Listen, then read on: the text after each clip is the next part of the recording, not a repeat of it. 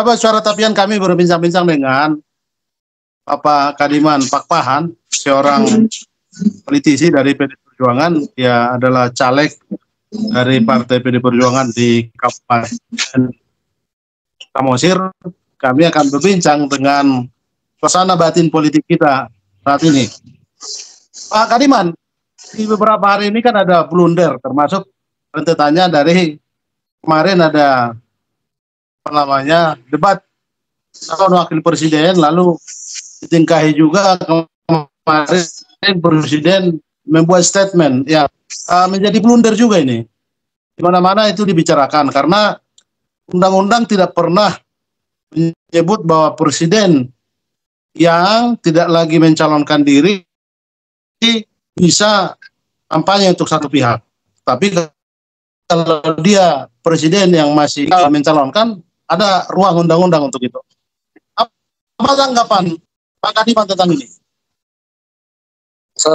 Ya, pertama ya sebagai salah satu kader partai dan juga salah satu yang sedang memperjuangkan perbaikan mutu sumber daya manusia melalui gerakan sadar gizi kita, tentu saya pribadi dulu ini tidak bisa melepaskan diri dari persoalan-persoalan yang terjadi di bangsa ini, baik dari berbagai aspek sosial budaya, ekonomi, politik, hukum, dan sebagainya. Ya kalau kita melihat akhir-akhir ini memang ada sesuatu perasaan yang miris ya. Lagi saya ini seorang anak pejuang, ya, veteran pejuang, dan boleh dikatakan sempat menerima wasiat dari orang tua saya 30 hari sebelum meninggal. Dia pesankan, sebagai anak pejuang, sekecil apapun berbuatlah yang terbaik buat bangsa dan negaramu ini, katanya. Jadi kalau kita amati memang keadaan akhir-akhir ini yang terkait dengan politik praktis ini, dimulai dari pencalonan presiden, wakil presiden, ya. Sebelumnya itu, sebelum ada keputusan di MK itu sebenarnya saya sudah melihat ada tanda-tanda akan ada pembangkangan dari kader PDIP. Yaitu waktu saya lihat di Solo itu ada tulisan di baju, di belakangnya itu ada tulisan petugas parkir. Ya, ini saya waktu itu sudah saya bilang sama teman-teman, ini sudah mulai ada nih tanda-tanda pembangkangan ini, waspada aja. Nah, itu bercanda katanya kan. Terus berlanjut ya. Setelah kita amati ya, pembangkangan ini memang sudah dimulai dari hal-hal yang kecil ya, ada tanda-tanda gitu. Tapi kadang-kadang orang kan masih menganggap karena euforia yang sangat-sangat yakin betul bagaimana sang idola ini tidak akan berubah, kan begitu. Jadi walaupun sebenarnya 7 tahun yang lalu sebenarnya sudah saya warning sebenarnya, waspada saya bilang. Dan banyak sebenarnya yang nggak bisa kita buka di sini ya, karena ini akan ditonton banyak orang. Banyak sebenarnya yang tidak ya menunjukkan suatu idola gitu, idolakan banyak orang gitu. Jadi banyak juga saya dapat informasi ya, terutama dari medsos yang tadinya sangat-sangat mengidolakan, ternyata kecewa lah dengan keadaan sekarang. Jadi kalau kita lihat memang ya kita selalu berteriak bahwa hukum itu adalah panglima, kan begitu? Hukum adalah panglima. Tapi kalau kita lihat pergeseran yang terjadi akhir-akhir ini di era politik praktis yang sangat oportunis ini, saya melihatnya itu seolah-olah bukan hukum yang jadi panglima gitu. Ini kelihatannya politik jadi panglima gitu. Karena bagaimana saya lihat akhir-akhir ini seperti yang dia utarakan tadi ya, ketidakkonsistenan seorang kepala negara ya. Sebelumnya dia katakan harus netral gitu. Tapi belakangan ini kelihatan ada cawe-cawe sudah mulai terbuka gitu. Jadi kalau dikatakan misalkan presiden, pejabat boleh kampanye segala macam ya, sebenarnya kan ada aturan mainnya itu ya. Dia ambil cuti dulu dah gitu kan, ambil cuti gitu.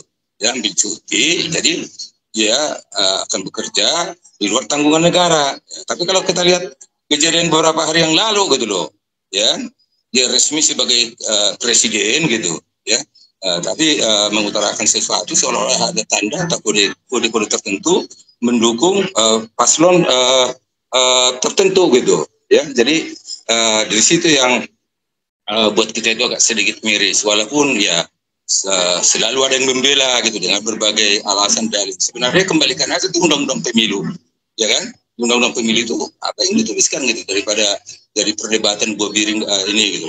Jadi sebenarnya ya mungkin ya setelah ini semua, setelah pemilu ini semua segala macam, memang ya kita nggak mungkin mundur lagi melihat situasi ini. Jadi saya melihatnya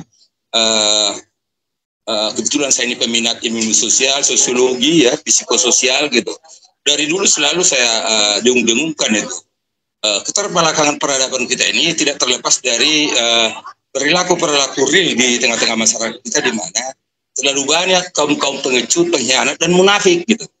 Ini persoalan yang sangat-sangat mendasar ini, dan ini terlihat sekali akhir-akhir ini gitu. Nampak sekali bagaimana kemunafikan itu terbangun, bagaimana pengkhianatan itu terjadi dan sebagainya gitu. Jadi itulah sepintas ya, terus terang memang ya miris lah ya, bagaimana misalkan walaupun saya sering di medsos itu hanya menggelitik bagaimana penggunaan istilah-istilah yang tidak tepat gitu kan.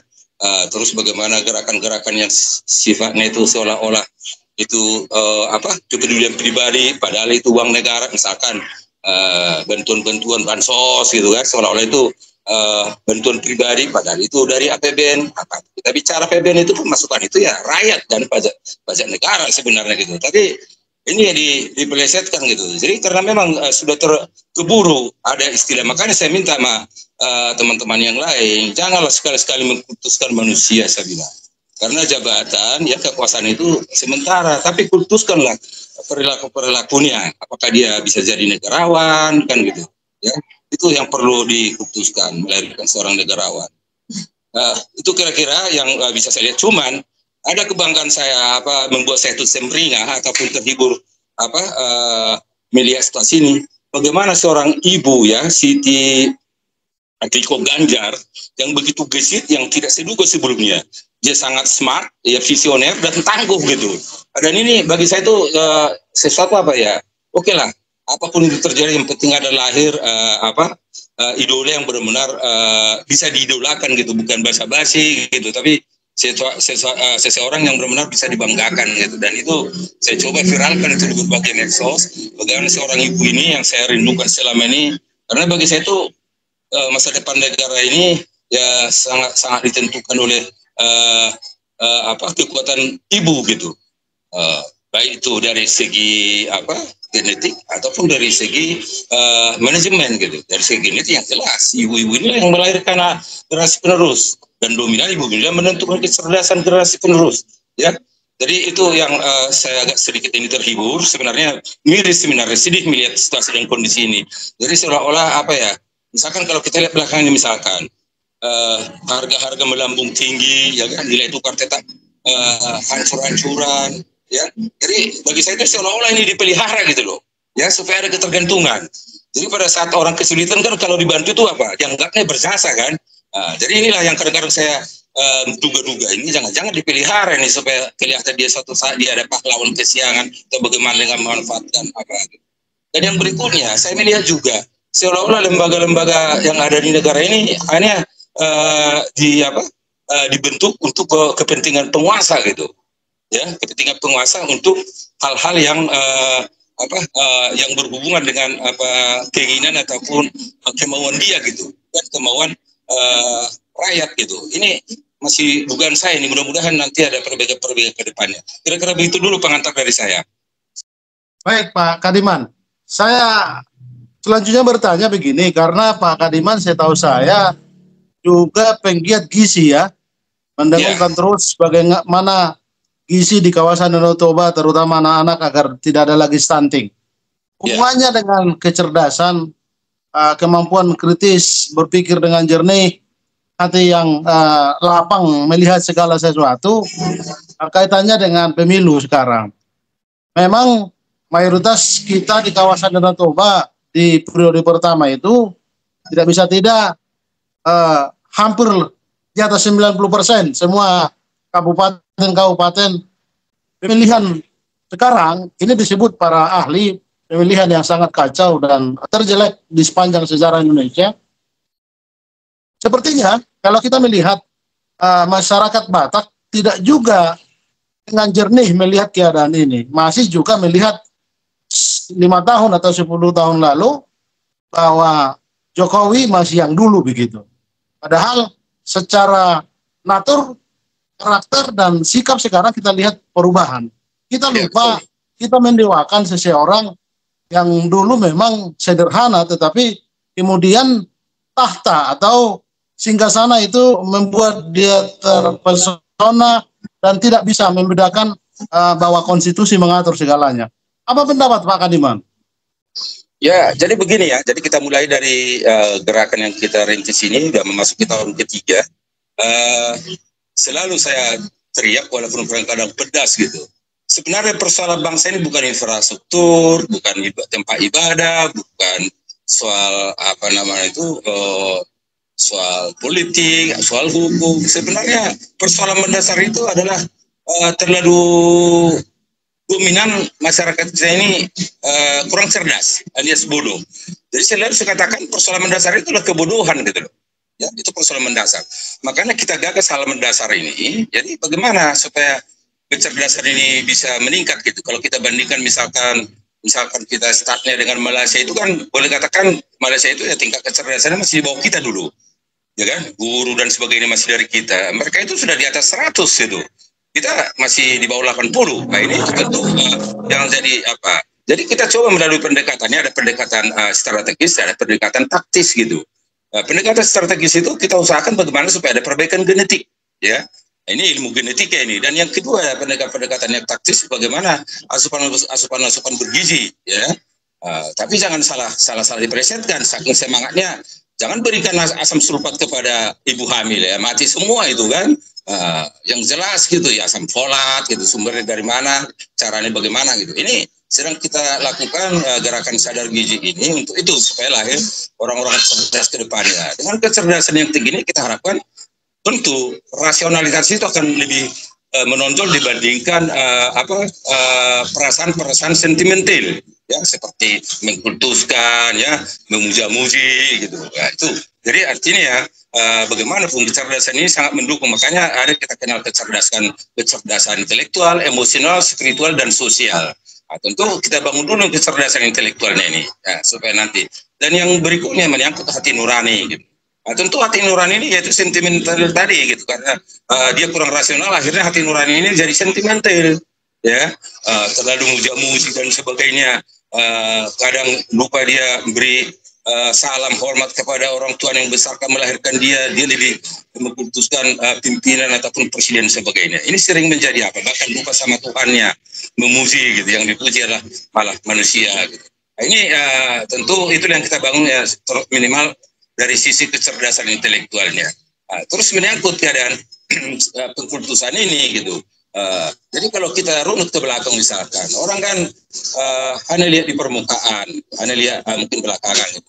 Kalau kita lihat misalkan di KDT, misalkan seperti apa itu kunjungan wisata prioritas itu, yang meletakkan dasarnya itu kalau kita lihat almarhum itu ekonomi itu si almarhum Rizal Ramli sebenarnya ya meletakkan dasarnya itu. Terus pembangunan infrastruktur ke Sumatera itu kan itu kelanjutan daripada dari Jawa, habis dari Jawa itu kalau nggak salah zaman SBY baru ke Sumatera. Walaupun ya pembangunan infrastruktur ini bagi saya ini tumbalnya terlalu banyak gitu. Ya, pertama tumbalnya itu adalah korban stunting 17 provinsi di Indonesia. Ya, yang saya perkirakan ini menjadi potensi nanti Indonesia 2045 Indonesia emas. Saya perkirakan ada 30% angkatan kerja kita itu hanya siap jadi tukang sapu. Ini datangnya dari mana? Ini korban-korban stunting, dugaan saya. Ini perkiraan saya, kalau tidak ada treatment perlakuan yang extraordinary, yang luar biasa, sebelum 2045, itulah perhitungan saya gitu. Walaupun orang mengatakan, nah, itu terlalu pesimis katanya. Ya, jadi dan ini tentu menambah kesedihan gitu loh. Ya, bangsa ini mau negara ini kita bangun buat siapa? Sebenarnya kan buat rakyat gitu. Belum dari saya lihat misalkan buta huruf masih ada, ya, yang sangat menyakitkan kemarin itu korban anak-anak meninggal karena salah obat, racikan obat. Tambah lagi sekarang rumah-rumah yang hampir rumah penduduk banyak yang mau roboh. Banyak sebenarnya persoalan-persoalan ini. Jadi boleh infrastruktur, tapi infrastruktur dasar lah yang sangat-sangat produktif, yang harus dinikmati oleh sebagian besar warga negara Indonesia gitu. Jadi menyangkut soal kecerdasan tadi, kalau kita lihat ya, berapa persen sih yang kita itu ya rata-rata pendidikan gitu, hampir 80% itu apa? Tidak tamat SMP kan? Ini bagaimana kita mengajak rasionalitasnya ini? Lebih banyak dia akan condong ke perasaan-perasaan sentimental gitu. Ya, walaupun sebenarnya 7 tahun yang lalu sebenarnya sudah saya prediksi nih. Kejam waktu itu saya berbicara nih soal mau pilpres periode kedua presiden sekarang gitu. Sayang si saudara saya yang dulu dia profesi seorang intelijen itu udah meninggal. Dia sempat saya berdebat untuk itu gitu. Sudah kita kita perhitungkan untuk itu bagaimana ya perilaku-perilaku yang akan terjadi nanti. Jadi penampilan yang kelihatannya sederhana apa segala macam itu ya kita memang dikelabui oleh budaya bungkus ya, budaya bungkus. Sebelumnya kan penampilan rapi presidennya kan, kursi dan sebagainya. Udah mulai jenuh, datang lagi yang kontradiksi yang sangat sederhana segala macam ya. Jadi kita itu masih berkotak-atik di budaya bungkus. Kenapa kita masih berkotak-atik di budaya bungkus ini? Karena tadi unsur rasionalitas kita, kecerdasan kita masih rendah. Jadi artinya kalau saya melihat ya slogan-slogan masih laku dijual, janji-janji masih laku dijual, terus iming-iming dan sebagainya. Jadi perilaku kelihatannya apa? Ya kulit-kulitnya gitu, dipoles-poles di luar kelihatan ya kayak perlu kita itu esensi manusia ini di mana gitu, hati nurani dan pikirannya. Situ sebenarnya esensinya. Apakah hati nuraninya memang terbangun dengan baik dan benar, pikirannya terbangun dengan cerdas dan sebagainya. Jadi euforia yang sekarang ini, walaupun sebenarnya sudah mulai ada pergeseran dan saya dengar juga melalui medsos itu orang-orang yang tadinya seperti di KDT ya. Sangat-sangat mengidolakan presiden sekarang kelihatannya sudah mulai bergeser. Banyak mengatakan sangat-sangat kecewa. 9 tahun kita sangat-sangat mengidolakan, membanggakan, tapi di hitungan detik terakhir ya sangat kecewa. Itulah. Jadi istilah saya itu saya katakan begini, tidak perlu 32 tahun untuk menghancurkan demokrasi di Indonesia. Hanya beberapa bulan demokrasi itu berantakan. Ya udah capek-capek diperjuangkan era-era reformasi itu gitu. Ya kebetulan kita juga ikut ingin membangun itu di reformasi. Peristiwa 27 Juli berlanjut terus ke peristiwa 1998 kita mimbar bebas dari kampus. Jadi sebenarnya jadi kalau saya itu merasa miris, prihatin ya wajar lah. Bukan ini sebenarnya yang kita harapkan. Bukan ini yang kita harapkan. Ya kira-kira begitulah gambarannya. Terakhir Pak Kadiman, sebagai politisi yang berjuang untuk mencalonkan diri terpilih di Kabupaten Samosir dari partai yang bertepatan juga calonnya dari PD Perjuangan, salah satunya Pak Ganjar. Kalau kita melihat tadi fenomena yang terjadi masih umum, masih mayoritas orang Batak juga sepertinya dalam tanda petik masih sure melihat bahwa apa yang dicenderungkan atau karena anak dari Jokowi itu adalah Gibran, kemungkinan masih banyak memilih pilihan daripada Jokowi. Apa tantangan bagi caleg dan PD Perjuangan di kawasan Danau Toba? Sebenarnya sudah mulai terjadi pergeseran ya. Karena boleh katakan bangsa Batak ini kan termasuk juga kumpulan orang-orang yang kritis ya. Jadi sudah mulai terjadi pergeseran, walaupun saya dapat info dari lapangan katanya ada dari paslon tertentu sudah bagi-bagi pelet untuk makan ternak kan. Jadi itu sempat memancing perubahan aura itu gitu, dan juga bahwa ini itu akan melanjutkan perjuangannya presiden sekarang. Ada ibu-ibu tidak dapat pelet karena dia tidak memelihara ternak gitu kan. Akhirnya dia bilang begini, dia mungkin cemburu atau iri, dia bilang begini, bagaimana kita mau maju ya, makin pelet lah karena sudah dikasih pelet katanya. Ya artinya itu kalau dibilang pelet apa itu, dia tidak bergerak, tidak dinamis, ya minta apa, disuapin gitu kan. Saya waktu itu ketawa juga itu kata ibu itu gitu. Bukan saya dan sempat juga saya lontarkan, jangan-jangan karena kebagian makanya berkata begitu saya bilang. Ini dia ketawa gitu kan. Kalau kebagian kan rata-rata kan diam orang kan. Yang sebut itu budaya bungkus itu gitu kan. Di pernah ya apa itu dibungkus baik-baik, bagus, cantik gitu. Mau isinya itu kecoa, urusan nanti gitu kan. Begitu juga slogan dibikin bagus-bagus gitu. Ya. Jadi banyak juga dan juga teman-teman caleg yang lain juga saya koreksi juga sebenarnya. Ya bikin slogan yang masuk akal lah. Ada yang mengatakan bergegas membangun Samosir katanya. Bergegas membangun Samosir gitu ya. Bupati aja nggak berani bikin slogan seperti itu gitu loh. Ya, akhirnya bagi saya langsung saya kritik gitu ya. Sudah bikin apa sih? Sudah punya modal enggak? Membangun apa dulu? Saya bilang gitu kan. Jadi kadang-kadang slogan-slogan ini apa ya? Yang masuk akal lah, janganlah menipu diri sendiri gitu. Kalau rakyat masa dulu gitu kan. Apalagi sekarang ini yang kelihatannya apa namanya itu kalau di sana di sebelah TTR itu ya sudah mulai ya apa itu sudah terjadi sebelum-sebelumnya ya setelah ada di MK dulu itu mengenai TTR gitu ya identik dengan money politik gitu kan. Jadi kelihatannya ada sebenarnya pergeseran itu gitu tidak walaupun saya lihat memang tahu ada yang program atau ada yang ngajak segala macam ya beberapa baliho atau spanduk itu yang bernuansa PDIP waktu itu saya lihat habis ya kan sepanjang jalan itu gitu dan termasuk dari pengurus partai dan sebagainya ya mungkin juga ya. Tapi yang jelas memang ya sudah pecah lah tidak seutuh sebelumnya kalau dikatakan kayak di Samosir dulu kan hampir 100% itu memilih Jokowi kan. Sekarang nggak pecah lah bagaimanapun di sana itu sebenarnya PDIP itu masih mengakar sebenarnya kalau di Kabupaten Samosir itu juga kawasan Danau Toba yang lain masih mengakar sebenarnya PDIP itu gitu. Jadi kita harapkan nanti ya makin rasional lah masyarakat ini ya. Jadi artinya ya kalau misalkan harus itu ya tidak bisa menolak ya pemberian orang selama rasional lah gitu kan. Kita pilihlah yang menurut kita itu kalau perlu berdua dulu lah ya supaya kasih petunjuk supaya memilih yang tepat.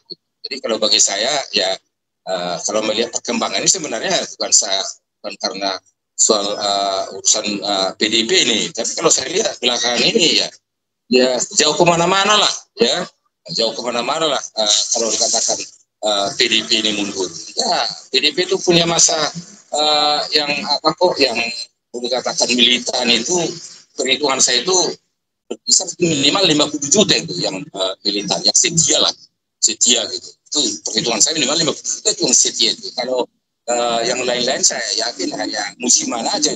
Tapi kalau kita lihat pergerakan setelah reformasi, perhitungan saya itu rata-rata setia itu 50 juta. Itu yang punya hak pilih loh. Belum yang